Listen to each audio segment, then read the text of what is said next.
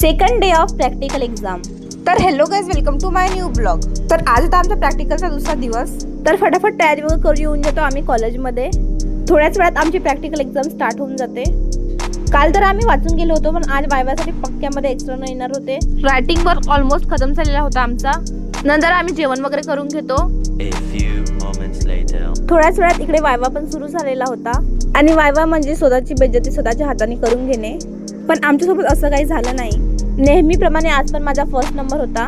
माझा वायवा तर स्टार्टिंगलाच होऊन गेला होता. नंतर बाकीच्यांचे वायवा स्टार्ट होतात. एक एक करून सगळ्यांचेच वायवा होऊन जातात. वायवा झाल्यानंतर आम्ही सगळेजण निघून जातो बाहेर. आणि आज आमच्या कॉलेजमध्ये फायनल इयरवाल्यांचा होता फेअरवेल. बट आम्हाला काही माहीतच नव्हतं आज फेअरवेल आहे म्हणून. इकडे होता स्वयंपाक सुरू.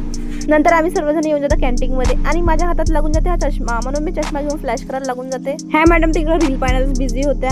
नंतर आम्ही सर्वजण निघून जातो घरी जाण्यासाठी. ऊन इतकी होती की आम्ही डायरेक्ट येऊन जातो बेकरीमध्ये.